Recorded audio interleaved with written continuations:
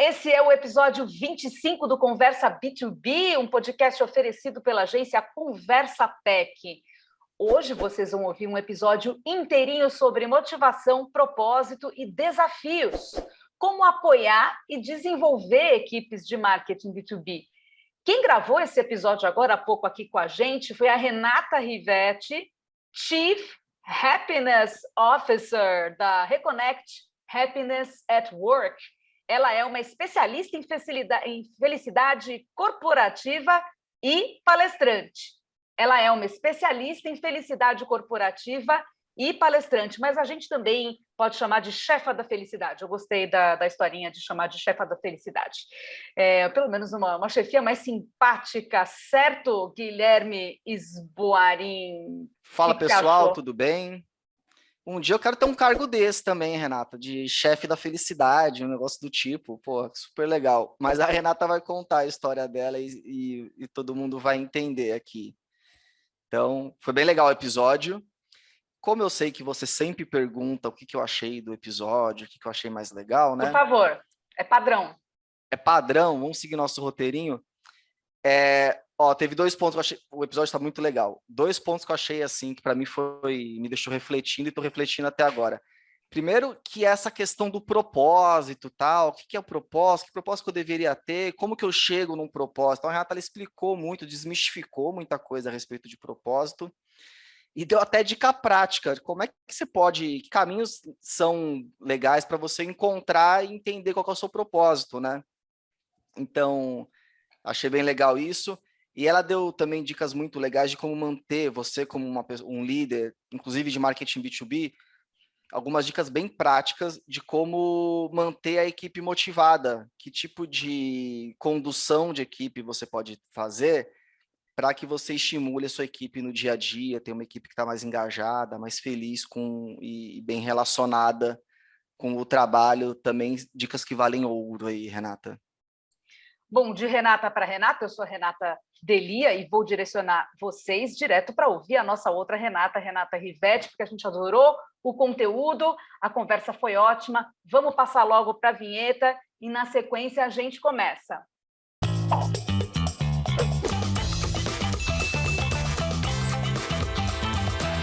Renata Rivetti, minha xará, Renata, seja bem-vinda ao Conversa B2B. Oi, Renata, obrigada pelo convite, feliz de estar aqui com vocês. E eu já vou direto perguntar para você, pedir para você contar um pouco da sua trajetória para a gente, até chegar a ser uma Chief Happiness Officer. E conta para a gente também um pouco do seu trabalho hoje. Nem sempre, né, trabalhei com felicidade. Eu fiz administração na GV, queria trabalhar no terceiro setor, mas aquela coisa tive que rapidamente mudar, fui para o marketing, virei trainee de uma grande multinacional, fiquei muitos anos no marketing, fui crescendo, tendo sucesso, sendo reconhecida, mas em algum momento falei, será que é isso, né, que de fato tem a ver comigo? Será que isso me faz feliz? E acabei descobrindo que existia uma ciência estudando a felicidade, o bem-estar das pessoas, aquilo fez muito sentido na minha vida e acabei me especializando no tema, me especializei no desenvolvimento de pessoas e fundei então a Reconnect para trabalhar hoje com liderança positiva e felicidade corporativa.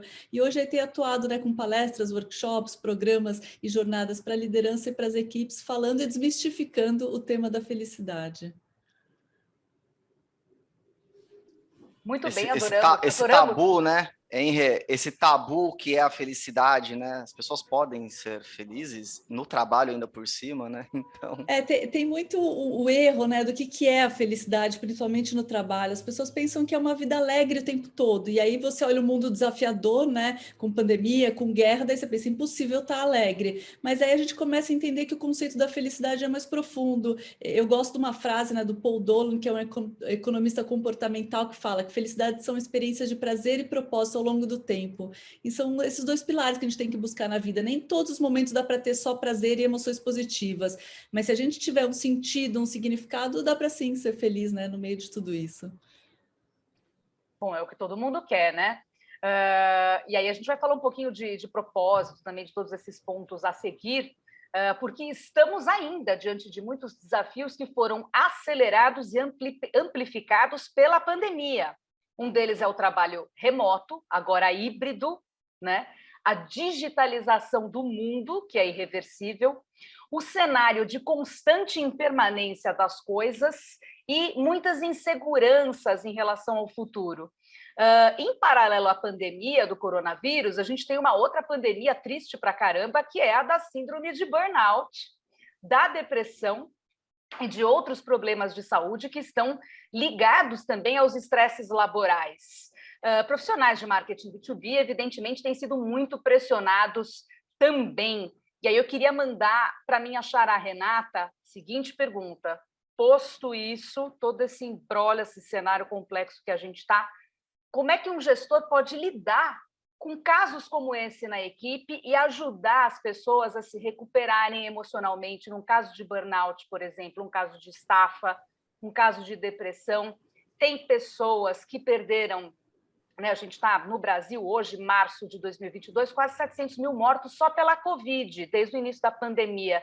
Muitas pessoas perderam entes queridos, isso vai acabar afetando a vida profissional dessa pessoa também. Como é que o gestor deve proceder para que essa pessoa se recupere mais rápido também? Isso. A primeira coisa é uma comunicação mais transparente, né, Renata? Eu acho que as pessoas hoje, antes o gestor falava, mas eu não sou terapeuta, eu não sou psicólogo, não dá para ajudar a minha equipe. E certamente a pandemia mudou esse processo, a gente começou a perceber que a gente tem que se relacionar como humanos, né? Então entender esse lugar da empatia não é porque é clichê, é porque de fato é o que você falou, as pessoas perderam pessoas passaram por separações, né, por diversos desafios. Então, o primeiro lugar é abrir um espaço de comunicação transparente, criar um ambiente de segurança psicológica, para que as pessoas possam realmente se expressar sem medo, né, de ser julgadas ou punidas. Então, acho que esse é o primeiro passo.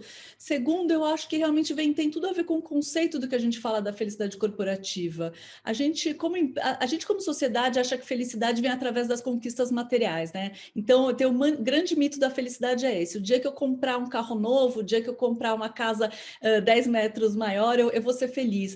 E, na verdade, a gente entende que a felicidade, isso é importante, mas isso acaba sendo o que a gente chama de adaptação hedônica, quase que uma busca incessante. Então, a gente precisa desse outro pilar, como eu falei, de uma vida com propósito, né, com sentido, com significado. E no trabalho é exatamente a mesma coisa. Os gestores antes achavam que faz a festa, dá o brinde, né, dá benefícios, que o colaborador vai estar sempre feliz. E a gente começou a perceber que a pandemia tirou tudo isso, né? A gente não tem as festas, muitas vezes não tem mais as relações físicas, né? Não dá para estar junto celebrando. Então a gente precisa entender que a felicidade no trabalho vem de outros aspectos que tem a ver com o trabalho da pessoa, dela se sentir desafiada, dela se sentir realizada, dela se sentir ter esse propósito, e também de relações mais profundas, né? Conexões de fato mais empáticas, com segurança psicológica. Então a gente mudou, começou a entender que os benefícios são importantes, os brindes são importantes, sem isso as pessoas reclamam, mas o que de fato gera aqui quase que um índice melhor de saúde mental são realmente conexões profundas, segurança psicológica, e a pessoa olhar para o trabalho dela e não se sentir sobrecarregada ou achar que não tem nenhum sentido aquilo. Se eu acordar todos os dias para fazer algo que eu não gosto, que eu não tenho propósito, que eu não tenho um sentimento de realização, difícil eu estar feliz, né? Provavelmente aí eu vou para o burnout, ou eu vou para a ansiedade, a depressão. Então, o que a gente precisa é, primeiro, quebrar o tabu da saúde mental. É um fato, as pessoas de fato estão adoecendo. O Brasil é o país mais ansioso do mundo, segundo em burnout, quinto em depressão. Então, colocar esses temas embaixo do tapete não dá mais. Mas, além disso, é trazer o tema à tona, mas ter esse lugar de empatia, de segurança psicológica, para que as pessoas não tenham mais medo de se expressar. Eu acho que antes a gente colocava uma máscara, então eu sou a Renata do trabalho e eu finjo, né, uma vida perfeita, e eu chego em casa e eu sofro. Não existe mais isso. As empresas entraram nas nossas casas, existe uma mistura, né, vida pessoal e profissional. Então, acho que é um pouco isso. É ter sinceridade, é ter comunicação transparente, é ter segurança psicológica e tirar esse tema do tabu que era até alguns anos atrás, né? Não sei se o Gui concorda. 100%. E esse lance da segurança psicológica é muito legal mesmo, assim, porque o que eu vejo no mercado, as pessoas que, estão passando por momentos difíceis no trabalho, geralmente a reclamação não é usada esse termo, na verdade. A pessoa não fala, não há segurança psicológica no meu ambiente de trabalho. Mas, no final, o que está acontecendo é isso, é uma falta de segurança psicológica. A pessoa, assim, não sabe que a liderança está pensando do trabalho dela, parece que cada hora tem uma nova meta, um novo desafio, um novo tipo de cobrança, um medo constante, às vezes, de ser demitido, sabe? Umas paradas, assim, muito pesadas mesmo. E, cara, para mim, esse é o botãozinho final do burnout, assim. Acho que no final, é o que sustenta uma relação saudável de trabalho, na minha opinião, principalmente, é um ambiente, cara, de segurança psicológica. E assim, só também, segurança psicológica não é que dá tudo certo, tudo é do jeito que você quer, né? Eu tenho segurança psicológica porque tudo acontece do jeitinho que eu quero. Não é isso, acho que é o fato da comunicação transparente, tá? Cartas na mesa, de repente, se um funcionário, vamos supor, puta, não tá tendo uma entrega legal, tal, não é para chegar lá e botar isso embaixo do tapete, porque a pessoa vai ficar chateada se eu der um feedback negativo, pô, o que tá acontecendo? Não, mas é justamente conversar a respeito. Então, de tudo que você falou, me chamou muito esse lance da segurança psicológica, assim. Que aí me parece que é um trabalho muito ligado à liderança, né? É difícil você botar no colo dos funcionários essa questão de segurança psicológica. Acho que, na verdade, isso aí é uma coisa que a empresa tem que prover, né? E principalmente a liderança.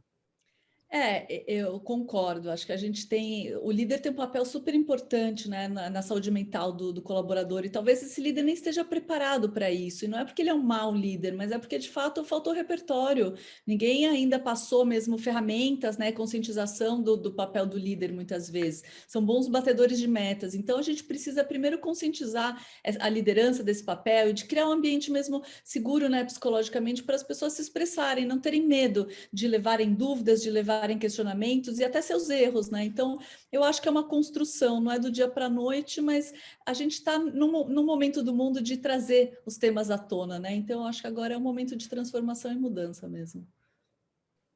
E só para lembrar os nossos ouvintes e também avisar a Renata que a gente gravou recentemente episódios específicos sobre liderança remota, liderança num mundo officeless, né? E gravamos também sobre novos modelos de aprendizagem e capacitação no mundo do marketing, no mundo do marketing B2B. E a gente caiu nos dois casos, nesse problema aí de muitas vezes o cara ou a garota virar gestor e não ter exatamente desenvolvidos aí os soft skills necessários para liderar uma equipe.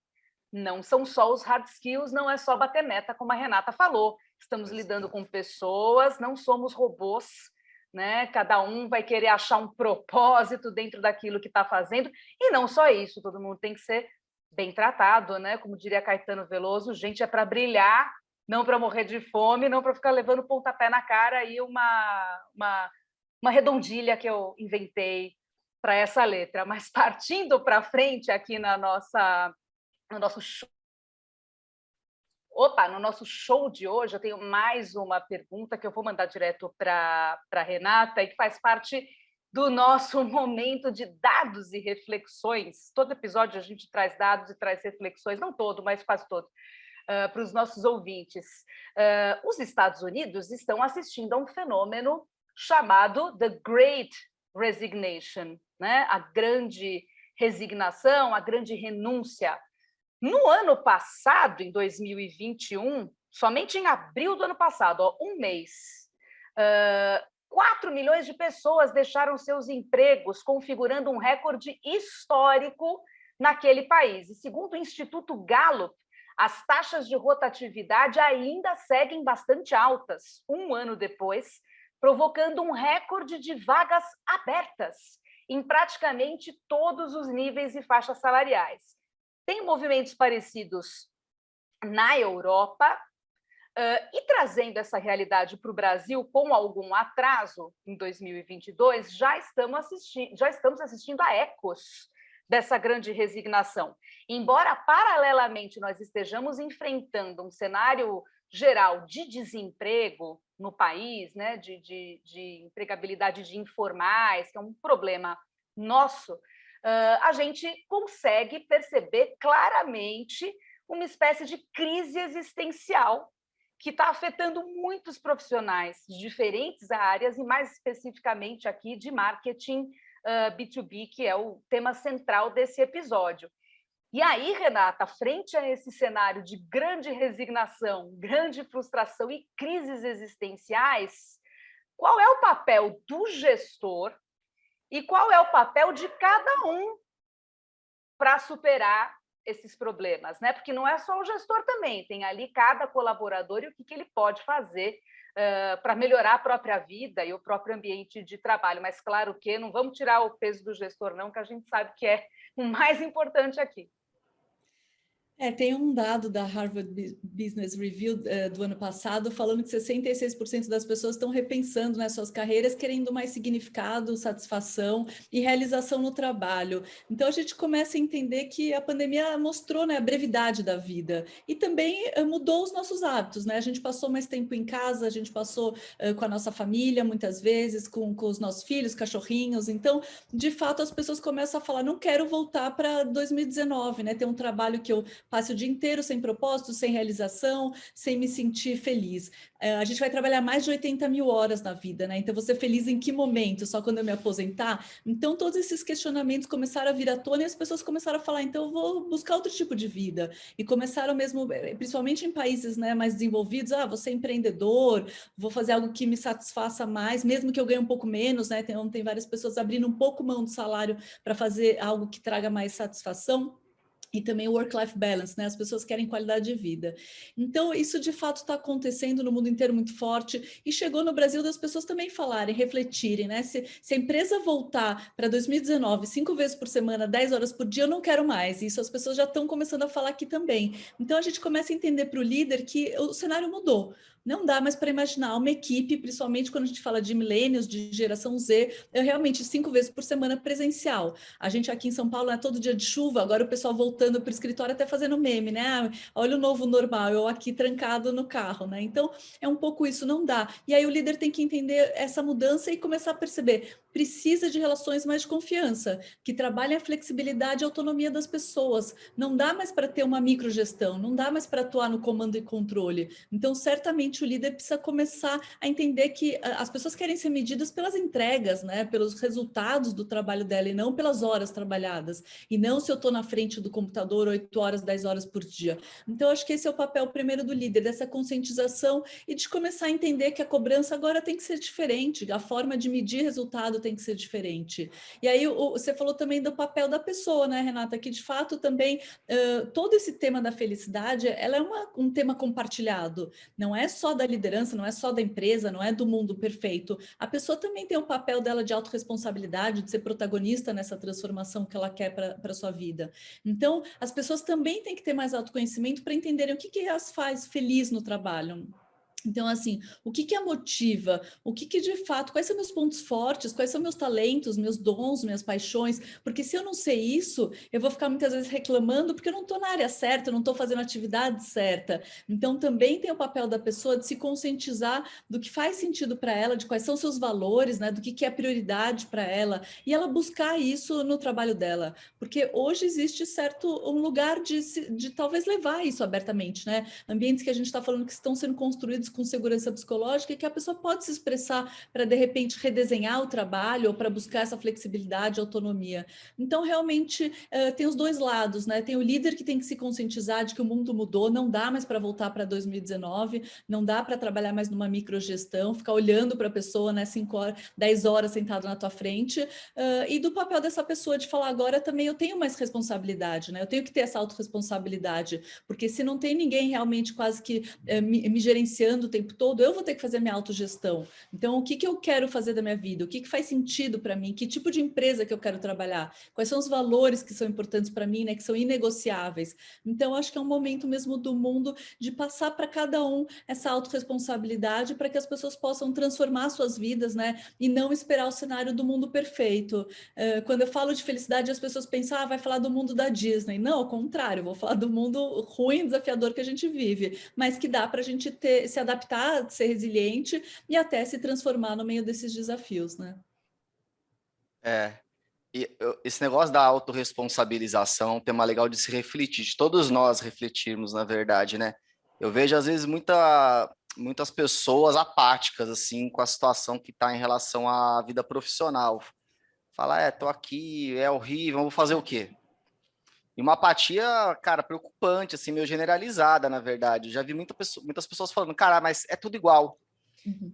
E, cara, eu costumo falar, não é tudo igual, cara. Não é, tudo que é líder é ruim, toda empresa é ruim. Fala, não é verdade. Assim, vou dar um alento para a galera que pensa assim, galera, não é tudo igual. Tem muito lugar legal para trabalhar. Você pode fazer vários tipos de trabalhos em empresas que têm uma mentalidade super para frente, super, sabe, segurança psicológica existe. Tem lideranças com uma nova forma de liderar também. É uma questão, sim, de procurar também, sabe? De novo, essa apatia é muito ruim, não vai te levar a lugar nenhum, assim. Então, acho que tem hora que você tem que ter essa autorresponsabilização, porque às vezes você está numa empresa, galera, que, assim, não vai mudar. Pelo menos não na velocidade que você gostaria. Ela não vai mudar amanhã, vai ficar assim, tem empresa que vai demorar mais, ou que não vai mudar nunca. E acho que tem que se reconhecer, e, cara, se eu estou insatisfeito aqui, vou procurar outro lugar e não ficar aquela situação de, deixa, ferre-se também. Se eles não estão nem aí, eu também não estou nem aí. Acho que é o pior dos casos, sabe? Falar, vou ficar aqui, pagar meu dinheiro, fazer só o que eu tenho que fazer e ferre-se. Também acho que não é a saída, definitivamente. Então, fica uma reflexão importante aí nessa autorresponsabilização. Como diriam os portugueses, funha-se, funham-se. Essa é a expressão made in Portugal. Mas a palavra da moda, e vocês já citaram essa palavra algumas vezes aqui hoje, é propósito. Tudo tem que ter um propósito, todo mundo quer ter um propósito, até a moda é com propósito, maternidade com propósito, trabalho com propósito, casamento com propósito, tudo tem que ter propósito.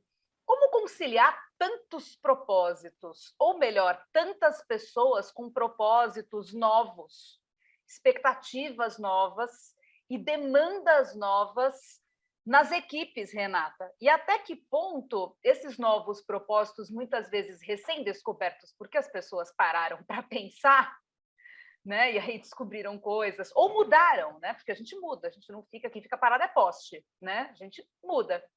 Como conciliar tudo isso? E até que ponto o propósito realmente ajuda ou ele começa a atrapalhar, se é que ele atrapalha em algum momento? Eu acho que a gente tem que desmistificar um pouco o propósito, né, Renata? As pessoas acham que há um grande propósito na vida e muitas vezes elas passam a vida, né, nessa busca incessante por um grande propósito, né? E aí ela pensa, se eu não sou um médico, se eu não trabalho no Greenpeace, se eu não sou professora, eu não tenho propósito. E aí a pessoa fica assim, esperando, frustrada a vida inteira, né? Um dia eu vou largar tudo, eu vou tirar meu sabático para buscar esse propósito, eu vou para a África ser voluntário. Então, eu acho que o primeiro ponto é entender o propósito tem a ver com aqui e agora. É trazer mesmo sentido para o nosso dia a dia, para as nossas escolhas, né, para as nossas atividades. Então, eu acho que nesse sentido, se a gente não olhar para o propósito como algo raro, extraordinário, ele ajuda muito, porque de fato a gente abandona muita coisa na vida porque não tem sentido. Então, dia 1º de janeiro, a gente coloca várias metas na vida, né? E muitas vezes todas iguais, né? Todo ano a mesma. E aí, dia 15 de fevereiro, 80% das pessoas abandonaram essas metas. Por quê? Porque elas estão sem sentido. Então, por que eu quero, sei lá, começar academia ou começar um trabalho novo ou qualquer coisa assim que a gente fala? Então, tem que ver o que faz sentido para mim. Então, quando as pessoas estão numa busca de olhar para o trabalho e falar por que eu acordo todos os dias, eu acho que isso traz motivação. Tem vários dados mostrando que pessoas que têm mais sentido na vida, que elas têm esse porquê, essa resposta, elas têm mais longevidade, elas têm mais qualidade de vida. Então, de fato, esse significado na vida traz coisas muito boas, né? Traz engajamento, traz motivação, traz felicidade também. Mas o que a gente tem que parar é de achar que propósito não pode ser uma coisa menor, não pode ser uma coisa do meu dia a dia, não pode ser uma coisa pequena. Então, é isso que a gente tem que, acho que, entender. O que faz sentido para mim, o que eu estou fazendo de escolhas para a minha vida, né? Para realmente entender como que esse propósito pode se adequar na empresa ou até na sociedade. Antes de chamar o Gui, uma pergunta que eu tenho certeza que está todo mundo se fazendo agora, ouvindo a gente. Dicas para achar propósito. Eu que estou aqui caçando meu propósito, está perdido em algum lugar na minha casa, no meu carro, não sei onde ele está. Onde eu acho? Como é que eu faço para achar esses micropropósitos, vamos dizer assim? O que a gente faz para achar? Eu acho que eu sempre penso em 3 coisas que a gente tem que saber a resposta. Primeiro, quais são os seus valores, né? Então, assim, o que é importante para você? A qualidade de vida, ou realmente eu quero poder, quero status, ou eu quero cuidar dos meus filhos? Então, assim, quais são os seus valores? É importante a gente entender. Segundo, quais são seus dons? O que você faz muito bem? Porque se a gente às vezes nem sabe o que a gente sabe fazer, difícil encontrar o propósito. Então, assim, o que você acha que você faz melhor, o que é o seu diferencial? Acho que essa é uma resposta, uma pergunta importante para a gente buscar. E o terceiro é, quais são suas paixões também? O que te move, né? O que você gosta de fazer? Que tipo de atividade te move? Então, eu falo que a intersecção, talvez dessas três dúvidas aqui, dessas três reflexões, comecem a gente entender que o propósito pode ser, eu quero ajudar pessoas, isso pode ser feito de diversas formas, né? Então, realmente, posso ser palestrante, posso ser professora, posso ser um líder, né? Às vezes é isso, assim, eu posso ser mãe. Então, não tem uma fórmula mágica, porque às vezes a gente fazendo essa combinação mostra um pouco do caminho, mas aí a gente tem que entender mesmo, então, o que de fato eu valorizo, o que eu quero para minha vida, que tipo de vida eu estou sonhando também em ter, porque as pessoas ficam pensando com algo realmente muito grandioso e elas acham que de repente o ser mãe não é um propósito, ela tem que buscar. Outro dia a pessoa me falou, mas eu sou mãe, isso para mim é um propósito, mas eu tenho que achar meu outro propósito. Eu falei, por quê, né? Se você está feliz, se você quer cuidar de pessoas, seja do teu filho, seja da tua equipe, no final é um pouco isso. Eu acho que o propósito tem a ver com o teu porquê, por que você acorda todos os dias, o que te motiva a acordar e realizar. E você já achou seu propósito falando nisso? Cara, eu tenho uma crise fodida com isso. Tô até ficando aliviado ouvindo a Renata aqui. Porque às vezes, eu vou falar de mim agora, tá, galera? Sim. Quem se identificar é nós. Cara, eu penso assim, cara, meu propósito tem que ser uma coisa grandiosa, tem que ser uma causa nobre. Sim. Ajudar os refugiados. Madre Teresa de Calcutá. Tipo isso, exato. Irmã Dulce, essa galera que tá em outro nível. E eu falo, cara, não, meu propósito não pode ser, tipo, morar em Florianópolis, ter meu tempo para surfar e cuidar da minha família. Isso não serve como propósito. Eu preciso fazer um negócio que é transformador para o planeta. E, cara, isso gera uma pressão desgraçada. Você começa a achar que está perdido no mundo, que você é uma pessoa sem propósito. Quem quer ser uma pessoa sem propósito? Ninguém quer ser uma pessoa sem propósito, né? E aí é legal ouvir isso, que às vezes, cara, o propósito, que nem já estava falando, pode ser uma coisa tua, uma coisa que te faz feliz. Porque no final, pensando em mundo, impacto no planeta. Se todo mundo estiver feliz, nossa, o planeta vai ser um lugar muito incrível. Eu não fiz feliz o tempo inteiro, obviamente. Minha esposa costuma falar isso, né, Preta? A Andréia, minha esposa. Fala, cara, você quer fazer a melhor coisa que você faz pro planeta? Tá, eu fico tendo essas conversas com ela, tomando um vinho, geralmente. Ela fala, cara, faz você tá bem primeiro. E aí, quem sabe, depois você pode começar a pensar em outras coisas, tal. E foi nessas conversas que, por exemplo, a gente decidiu mudar para Florianópolis. Durante a pandemia, tal, a gente viu que tinha condição, a gente trabalha de maneira remota, tudo mais. Então, isso vale também para a empresa. Falar, cara, eu quero trabalhar numa empresa que tem propósito.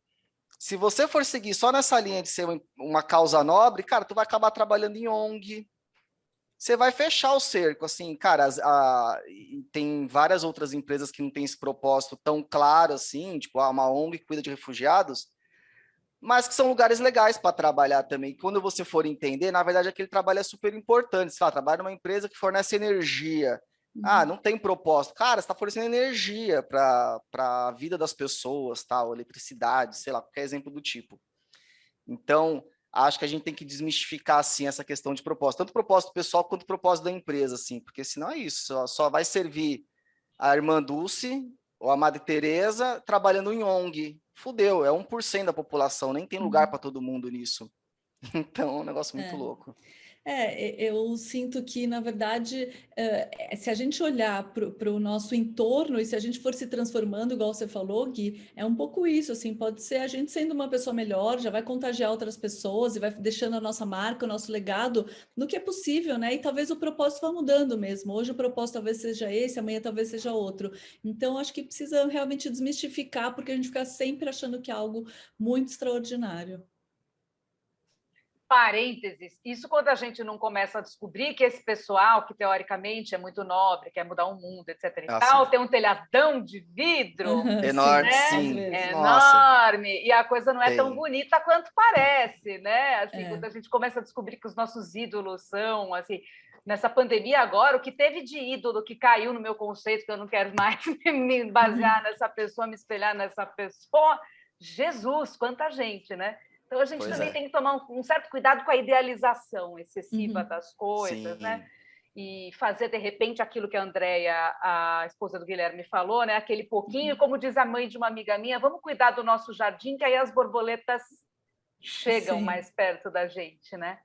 Boa. E essa é ótima, né? Essa é boa. Isso era quando a gente era adolescente, tinha um negócio de arrumar namorada, ela falava, não, sabe por que vocês estão solteiras? Porque vocês estão caçando namorada, não tem que caçar ninguém, vocês têm que se cuidar de modo que aí as borboletas vão chegar perto, né? Então, é isso, eu levei para a vida e tudo que eu faço eu tenho que me cuidar porque as borboletas vão chegar perto. E faz sentido, viu? Mas, passando para frente na nossa pauta, Renata Rivetti, como usar os desafios da empresa e as metas, as tradicionais metas da equipe, como fator motivacional, sem exagerar na pressão. Um dos pilares que a gente mensura a felicidade, né? Existe um modelo do Martin Seligman, que é um dos pais da psicologia positiva, que fala de 5 pilares para a gente ter uma vida mais feliz: emoções positivas, engajamento, relações positivas, significado e realizações. Um dos pilares tem muito a ver com isso, que é o conceito do engajamento, do flow, que a gente tem uma tendência como sociedade a achar que a gente quer uma vida sem desafios. Quero só uma vida, né? Ou só o Gui falou do surfar, ou só ver Netflix todos os dias. Mas, na verdade, a gente percebe que quando a gente tem essa vida, a gente vai para o tédio. Então, o tédio não traz felicidade, né? Essa vida apática não traz felicidade. Então, a gente precisa dos desafios. O ponto que é importante é um pouco do que você falou, Renata: desafios que estejam dentro da minha capacidade. Se eles são muito difíceis, eles me trazem ansiedade. E grande parte da população está nesse lugar de também metas muitas vezes enormes, né? A gente olha a meta que a gente tem que bater em dezembro de 2022 e não consegue pensar o que eu preciso fazer até lá. Então, a gente muitas vezes fica ansioso por achar as coisas muito distantes. Então, um ponto importante é: precisamos de desafios, tá? Então, as pessoas precisam de metas, precisam de objetivos, mas elas precisam entender qual a minha habilidade, qual a minha capacidade, até onde eu posso ir. E como é que eu olho para essa meta também no curto prazo? Porque se eu quiser amanhã correr uma maratona, eu vou me desanimar, porque eu vou falar, gente, eu não consigo nem correr 1 quilômetro, aí eu já desisto dessa meta, vou ficar ansiosa e vou desistir. Agora, se eu olhar, quero correr uma maratona daqui a 1 ano, sei lá, talvez, então eu vou começar a correr os primeiros metros, o primeiro quilômetro, e aí eu vou celebrando cada passo que eu vou dando, aí é mais fácil a gente entender que as metas são importantes, os objetivos são importantes, mas eu tenho que olhar principalmente a jornada, porque o que a gente normalmente tem é uma frustração de olhar para a meta tão longe e achar que ela é impossível e trazer essa ansiedade para a gente. Então, se eu começo a organizar como é que eu chego nessa meta e o líder olha e começa a entender e organizar isso junto com a equipe, mais fácil no final a gente entender que isso traz sim motivação e traz engajamento, né? E faz as pessoas no final estarem muito mais felizes no trabalho, produzindo, querendo, né? Um pouco mais assim. Mas se a gente olha só essa meta grandiosa, a gente abandona, né? Como tudo na vida, é isso também. Se eu quiser emagrecer 30 quilos, eu preciso perder o primeiro quilo, né? Então, acho que tudo é isso: mudanças de hábitos e começar realmente com passos pequenos. Esse tema aqui dá para fazer um paralelo bem legal com marketing B2B, né? Que é o seguinte: é aquelas metas que o pessoal recebe e que aquilo come o fígado da galera, fica todo mundo estressado, maluco, sobra para todo mundo, vira um ambiente horroroso de trabalho, porque quer se atingir uma meta que, cara, às vezes ela não é possível fazer naquele prazo. O ponto vou pegar o exemplo que a Renata deu de maratona. É a mesma coisa da empresa ou da liderança vir e falar: ó, você tem que correr 30 quilômetros depois de amanhã, sendo que você não consegue correr 1 quilômetro. Não pega essa meta, não fala, beleza, eu vou fazer, vou começar a correr que nem um maluco, que em 3 dias eu vou conseguir. Tu não vai conseguir. Não vai. E você tem que ter você tem que ser sincero contigo mesmo, inclusive. Não pega um negócio desse, porque depois você vai ficar, cara, doente. A pessoa uma que pega cilada, Bino. É uma cilada, não Bino. É uma meta. Foge, que nem capeta da cruz. Mas o lance é esse: falar, ó, presta atenção, consigo correr 30 quilômetros, mas não em 3 dias. Por quê? Cara, eu nunca corro, não corro, tal. O que eu preciso para correr 30 quilômetros? Eu vou ter que treinar tanto tempo, tal, em X tempo eu vou conseguir fazer isso dentro dessa rotina, tal. E, cara, eu corro 30 quilômetros em 5 meses, 6 meses, enfim, aí cada um faz o teu ritmo. Mas esse que é o ponto, assim, transpondo para o marketing B2B. Não adianta, o que eu vejo hoje é, primeiro, a liderança querendo empurrar umas metas muito agressivas. E aí já acho uma sacanagem, de verdade, galera. Tem que parar e olhar e ver o que é factível de ser feito. Eventualmente, a liderança está mal informada e toma uma decisão sem todas as cartas na mesa, sem ter a visão completa do cenário. O profissional de marketing B2B, ao receber isso, ele precisa esclarecer o cenário. Eu não consigo correr 30 quilômetros, meu amigo. Tá? Então, a gente precisa fazer isso. Então, galera, negócio de meta, acho que é isso. É não assumir, não querer dar passos maior que a perna. Tem vezes que nem passo maior que a perna, é querer sair voando. Não dá para sair voando. Então, cara, minha dica mais sincera é não assuma essas metas, mas fala por que você não vai assumir também. Não simplesmente fala, não, isso eu não vou fazer. Porque aí realmente o jogo não funciona assim, sorry. Explica por que não vai fazer, mas traz um plano também do que você vai fazer para conseguir chegar até o tal ponto e quando que você vai conseguir chegar nessa meta. Pronto. Cartas na mesa. E o que você precisa, a liderança né? não quer entender de jeito nenhum, não acredita em você. Aí sim é caso de repensar. Esse lugar que eu estou trabalhando é legal para mim? Tem que saber o que você precisa para chegar lá. Quer dizer, tem um monte de questões aí que você precisa pensar e precisa colocar estrategicamente para os seus líderes também, né? Porque aí também, às vezes, o cara não tem bola de cristal, né? É aquilo que o Guilherme falou, ele está mal informado, ela está mal informada, não está sabendo, não conhece exatamente os processos aí específicos que você necessita. Então, tudo tem que ser conversado. Mas, voltando, Renata, como identificar os profissionais desmotivados, que são casos perdidos? Não dá mais, esse cara aqui não dá mais, está desmotivado demais, acho que o lugar dele não é aqui na empresa, enfim. E aqueles nos quais vale a pena insistir? Puxa, o Guilherme está desmotivado, mas vale a pena insistir nele. E como identificar os casos que vão além da motivação e que podem estar escondendo outros problemas que a gente não está enxergando numa primeira camada? A gente é uma sociedade que valoriza o workaholic, né? Ainda, assim, está mudando. Hoje, outro dia, uma aluna de universidade me falou, eu acho cafona ser workaholic. Eu falei, que bom, né? Que essa geração já pensa Traz assim. ela Na minha aqui. época, era bacana, todo mundo falava, estou ocupadíssimo. Então, eu acho que a gente cobra demais para que a pessoa não pare, né? Mas, de fato, a gente precisa estar engajado no trabalho, motivado, e, às vezes, isso só está acontecendo porque a pessoa está no lugar errado, com as atividades erradas. Né? Então, o papel do gestor, muitas vezes, é entender quais são as metas que aquela área tem, né? Que metas que a gente tem que bater, que objetivos que a gente tem que conquistar, e eu vou olhar para cada um da equipe, eu acho que esse é o papel do gestor, entender quais são as forças da Renata, quais são as forças do Guilherme, o que eles são bons, o que eles gostam de fazer. Então, há diversos testes, né? Eu faço sempre um teste que chama Via de Forças de Caráter, para entender quem são as pessoas que eu estou trabalhando, para que, de fato, na hora de eu chegar a uma meta, eu distribua de acordo com quem elas são. Se tem alguém mais criativo na equipe, não adianta eu dar coisa só operacional. Se tem alguém que gosta de liderança, eu preciso dar projetos que ela tenha a exposição, que ela tenha o papel de líder. Se tem pessoas mais analíticas, introspectivas, eu tenho que descobrir isso, porque o que acontece muitas vezes é que o líder vai dando sempre assim, essa pessoa ela é mais sênior, eu vou dar os projetos estratégicos, essa é mais júnior ou operacional. Quase sempre é quase que automático isso, e de repente a pessoa está no lugar errado. Eu conheço, às vezes, gestores que gostam também de botar a mão na massa, que gostam de análises. Por que essas pessoas deixaram de fazer isso?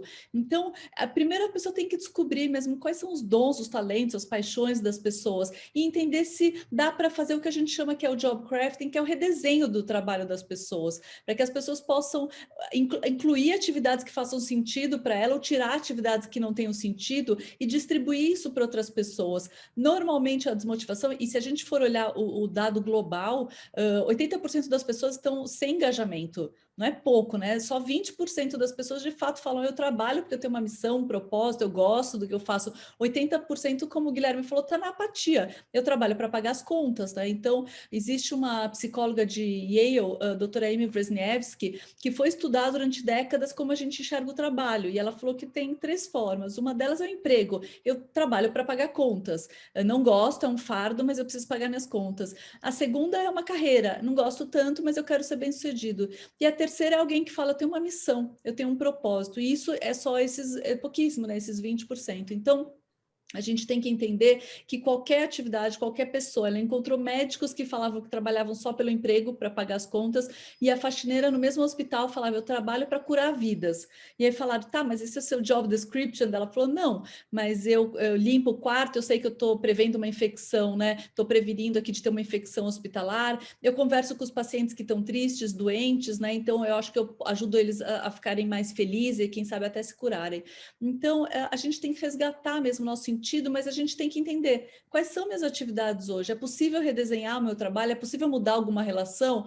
E ter, de novo, a palavra da autorresponsabilidade. Ninguém vai fazer isso por você. Ninguém vai fazer o teu job crafting. Você tem que descobrir, né? O que está faltando, o que eu posso mudar. E aí sim chamar o gestor e conversar. Olha, eu estou desmotivado porque eu estou fazendo as atividades erradas da nossa equipe. Eu gostaria de fazer tal coisa. Então, acho que é um pouco isso. É um papel do líder e é um papel, de novo, da pessoa. Então, eu acho que é uma responsabilidade compartilhada, né? Trabalhar a motivação. E olha só como o nosso olhar é viciado e preconceituoso, muitas Uhum, vezes, né? uhum, Quer dizer que o perfeito. faxineiro, ele não É. trabalha com um propósito, porque a gente julga e fala, o trabalho dele é uma merda.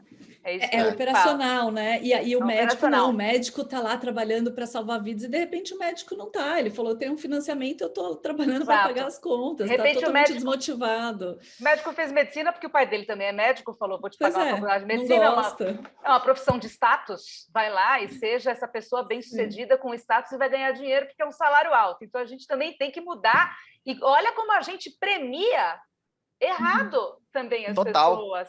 Aliás, o Brasil, o brasileiro tem muito isso, nós aqui brasileiros.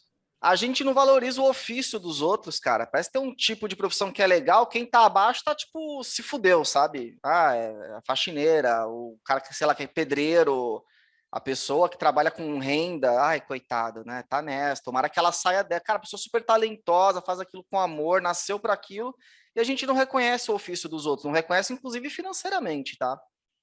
Não A sei se é o gente tem. Guilherme, acho que foi o próprio Guilherme que uma vez contou para mim, anos atrás, que tinha um amigo que morava na Austrália, e eu também tenho amigas que moraram na Austrália. Viva a Austrália, país maravilhoso, né? Pena que é longe Boa. demais, mas que país maravilhoso. Tá aí, ó, Floripa não, Austrália. Esse pode ser um Austrália. propósito. Não, eu só vou ser feliz quando eu for para a Austrália. Vou ser feliz quando eu for Nunca. para a Austrália, né? Vou descobrir uma maneira de morar na Austrália. Mas o ponto é, acho que foi o Guilherme que falou uma vez, aí o amigo trabalhava como jardineiro, e antes trabalhava no Brasil, numa carreira, acho que em eventos, trabalhava que nem um louco, 20 horas por dia, mas era formado, e etc. E estava numa grande empresa, ou numa grande agência de eventos, aí saiu daqui, foi para a Austrália, virou jardineiro, e ganhava muito perto, um salário muito mais próximo do salário do médico, do engenheiro, do super executivo, do que ele ganharia no Brasil se ele fosse também um jardineiro. E era um cara respeitado pelo que ele fazia. E para ele, naquele momento, estava ótimo ser jardineiro, porque ele queria surfar, porque ele queria fazer isso, porque ele queria fazer aquilo. Ele conseguia ter uma vida digna e pronto.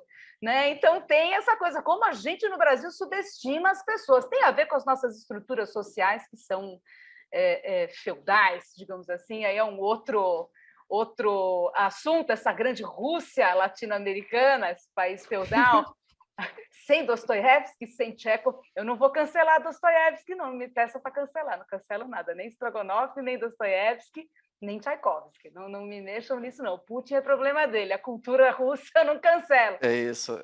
Mas tem isso, quer dizer, aí é bem pesado, né? Tem a ver com uma série de coisas extras, além daquilo que a gente imagina, e a gente também tem que treinar o nosso olhar para melhorar isso. Estamos chegando praticamente ao final do programa. Antes disso, eu vou chamar o Guilherme, porque ele quer falar. Fala aqui, pode falar. Cara, eu quero destacar um negócio que a Renata falou, que eu acho poderosíssimo para a liderança aplicar na prática, e não é nenhum bicho de sete cabeças, isso que ela falou aqui. Que algumas coisas, de fato, precisa de capacitação, mudança de cultura de empresa. Não. Outras coisas, não. Isso de você começar a mapear a tua equipe, entender o skill, a característica de cada um, que tipo de job tem mais a ver com aquela pessoa, e assim fazer a distribuição dos projetos e tal, cara, já vai mudar muito a motivação da tua equipe, porque o que a Renata falou é a maior verdade. Qual que é o critério hoje?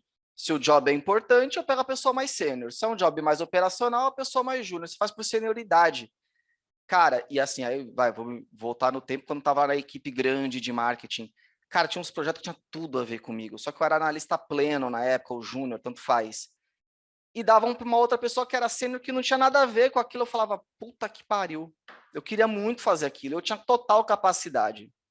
Isso eu imagino que todo mundo já tenha passado de alguma maneira. Então, acho que realmente é uma mudança legal, porque a liderança, às vezes, está condicionada a fazer isso. Cara, tem as bolas de segurança. Isso aqui eu vou dar para Renata Rivetti, porque ela conhece tudo, fala com o pessoal do comercial, sei lá. Então, ela que vai resolver isso aqui, porque é um trabalho importante, é crítico.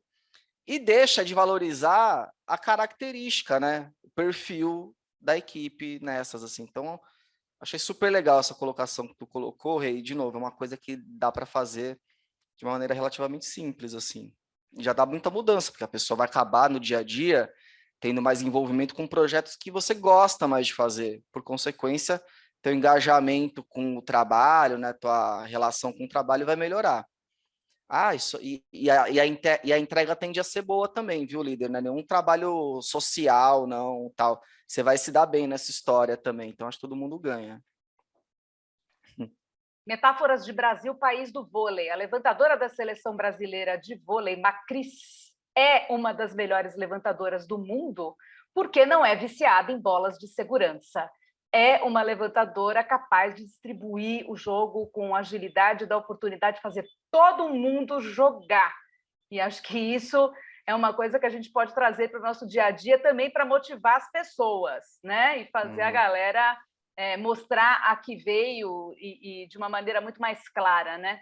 Falando ainda sobre desmotivação, Renata, quais os perigos da desmotivação e da insatisfação de algumas pessoas perante o resto do grupo? Você tem lá 100 pessoas e 25 estão desmotivadas, né? O baixo astral. E aí, como é que vai evitar o baixo astral? Um estudo de Harvard, né, que fala do contágio emocional. De fato, a gente tem neurônios espelhos, né? Então a gente repete muito, a gente sente o que o outro está sentindo, né? Isso tem muito a ver com a empatia. E, por exemplo, um líder que chega de mau humor brigando, ele vai contagiar todo mundo. Então, aqui eu acho que a desmotivação ela realmente vem de tentar entender: será que a pessoa não está fazendo o que gosta, como a gente acabou de falar, né? Será que ela não está na posição certa, com as atividades certas, ou é porque ela não tem a ver com os valores da empresa, ou porque ela, enfim, acha que tem alguma relação ruim, né, ou uma liderança tóxica. Então, acho que a gente tem que primeiro identificar o porquê que de fato essas pessoas estão desmotivadas, porque elas contaminam. Isso é um fato, né? Aquela pessoa realmente que chega lá, que fica o dia inteiro falando que não consegue, que não gosta, que o trabalho é ruim, que o líder é ruim, ela vai contagiar outras pessoas. Então, ou a gente chama ela para jogar junto, né, tenta entender, tenta mudar, ou não dá para ter essa pessoa às vezes na equipe. Então, eu acho que é um pouco isso. Por que as empresas continuam muitas vezes colocando tudo isso embaixo do tapete, né? É mais fácil talvez deixar aí a pessoa, mas aí ela está acabando com a produtividade dela, mas com de várias outras pessoas, né? E pode ser uma coisa simples mesmo, porque ela está no lugar errado, ou pode ser uma pessoa que não tem nada a ver mesmo com aquele time, ou com aquela equipe, ou com aquela empresa. Então, precisa ser falado, precisa ser descoberto. E esse é o papel do líder, né? É gestão de pessoas, realmente não é só olhar para as metas, são os seres humanos que estão por trás das metas.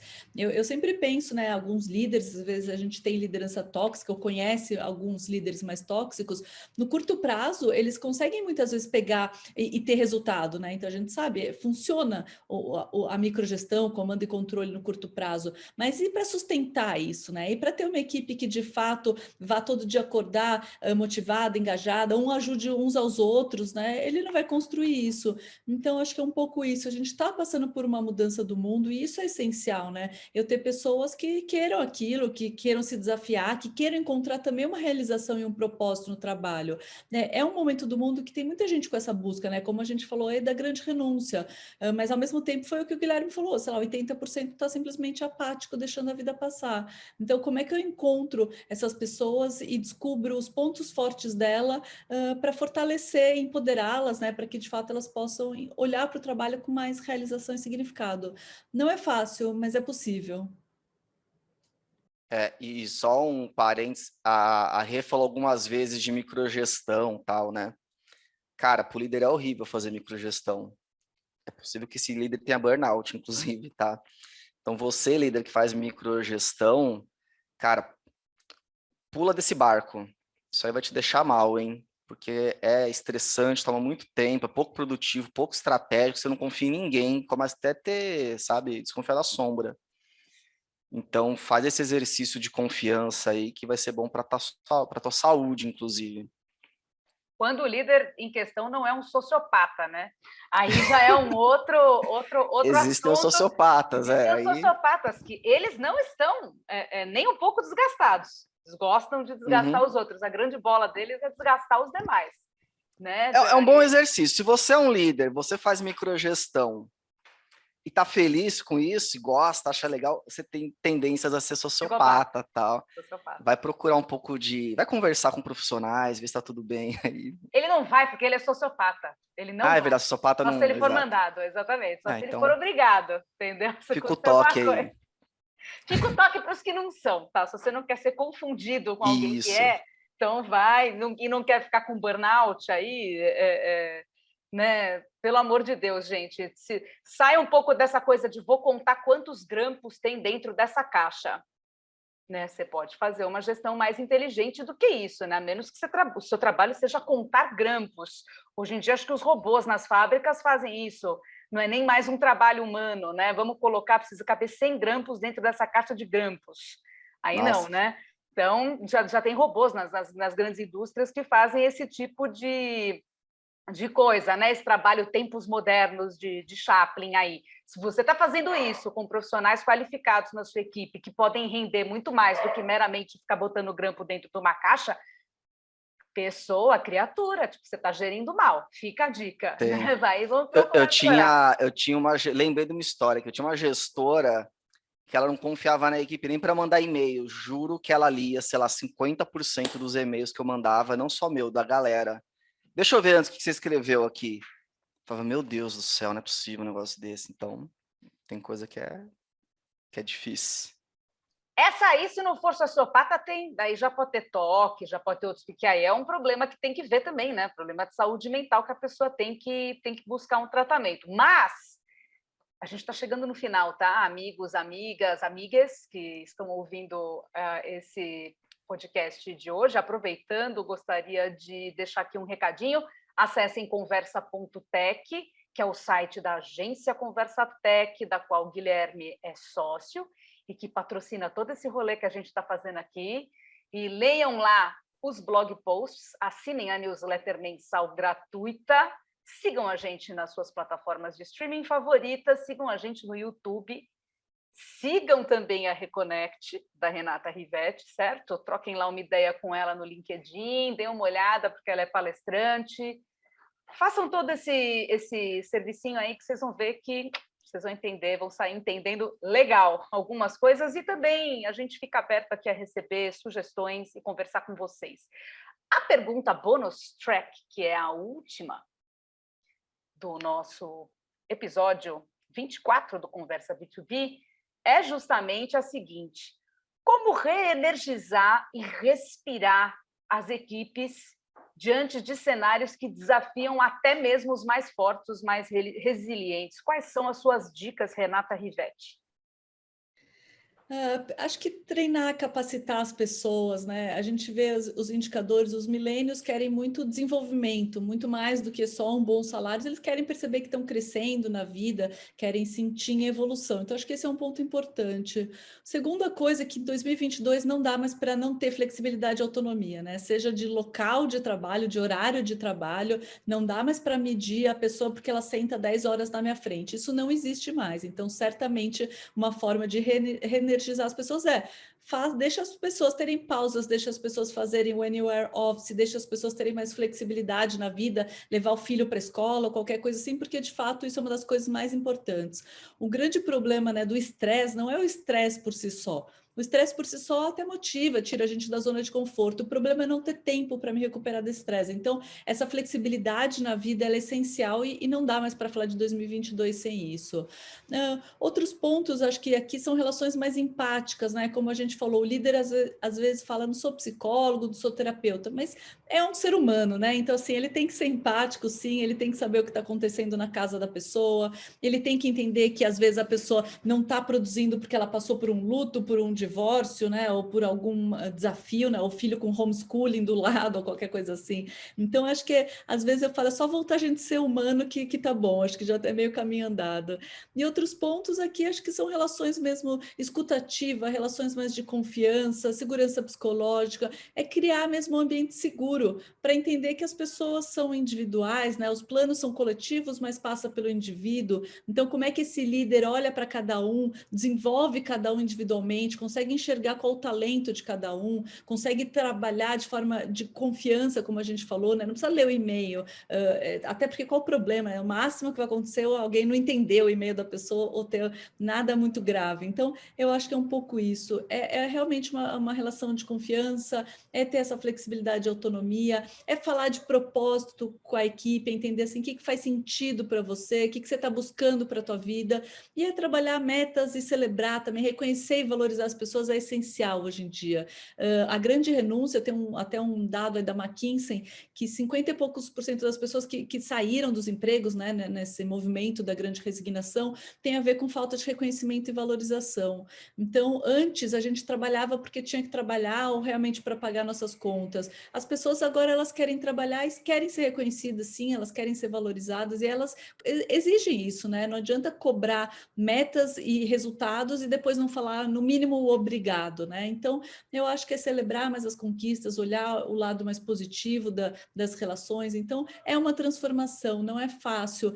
Quando eu falo de felicidade, as pessoas acham que eu vou falar de uma fórmula mágica que amanhã você vai ter a vida perfeita amanhã, né?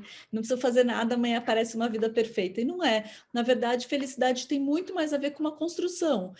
A gente, nos estudos da felicidade, a gente entende que é igual um músculo que eu preciso exercitar. Não adianta eu querer fazer uma aula de Pilates por ano e achar que eu vou ter o corpo saudável o ano inteiro. Não vou. Felizmente ou infelizmente, é algo diário, né? Semanal, sei lá, é mudar o hábito alimentar, é mudar o exercício físico. E a felicidade é exatamente a mesma coisa. Então, se a gente quer nas empresas construir culturas mais positivas, é walk the talk o tempo todo. É o dia que você parou de exercitar, aquilo acaba. Então, essa é a parte boa ou ruim, né? Que a gente não consegue simplesmente implantar e abandonar. É uma transformação que depende de muita dedicação.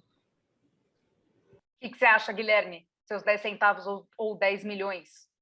Nossa, eu vou falar o quê depois que a Renata falou aqui? Não, eu acho o seguinte, acho que, agora pensando nos líderes, cara, não fica ansioso com tudo isso, bastante informação, caraca, tô fazendo tudo errado, e agora, para onde eu vou, tal, acho que respira, começa a trabalhar esse músculo, que nem a Renata falou, que seja aos poucos, mas busca esse conhecimento. Até uma vez eu postei no LinkedIn, falei, cara, a galera, eu vejo muito curso de capacitação de data analytics, growth e não sei o quê, gestão de projeto, tal, e vejo a galera muito dedicada a buscar esse tipo de know-how, e se fala muito em soft skill, mas eu não vejo uma busca tão firme por desenvolvimento de soft skill. E, cara, acho que para a liderança isso é ainda mais importante. Então, começa a buscar, sim, capacitação também. Acho que aí, de novo, autorresponsabilização. Ah, minha empresa não fornece isso. Busca para você, não, né, não tem problema, busca para você. Acho legal conversar com a empresa, por que a gente não faz isso? Um programa de capacitação para as lideranças, tudo mais. Mas se rolar um não, não se contenta com isso. Busca para você, como pessoa profissional, né, indivíduo, que eu acho que a melhor coisa que você pode fazer agora é realmente buscar isso, porque isso, de fato, quando se fala em felicidade, né, já tá falando bastante, parece que é um negócio que surge do nada. Não, é um exercício, sim, existe aí uma questão de você correr atrás, ter informação, ter uma capacitação mesmo envolvida, e acho que essa é a notícia boa, tá? Não é que são pessoas escolhidas por Deus, ou por Alá, ou por quem quer que seja, que vem com isso implantado de fábrica, não, é uma coisa que você consegue exercitar e correr atrás. Então, já que temos isso à disposição, vamos investir nisso. Eu Nem farei isso, tudo, inclusive.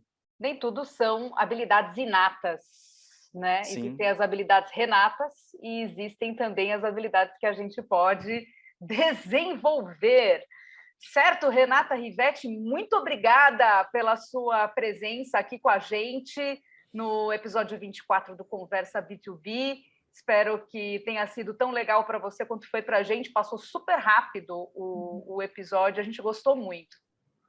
Obrigada, Renata. Obrigada, Guilherme. Acho super importante, né, a gente trazer essas discussões para a prática mesmo, né? O que está acontecendo e não ficar poliana também do mundo perfeito. Não, é isso, o mundo que está em guerra, que está com grande resignação, que está com as pessoas sofrendo, né? Como é que a gente entende tudo isso e transforma, né? Já que, de fato, também está nas nossas mãos, não é fácil, né?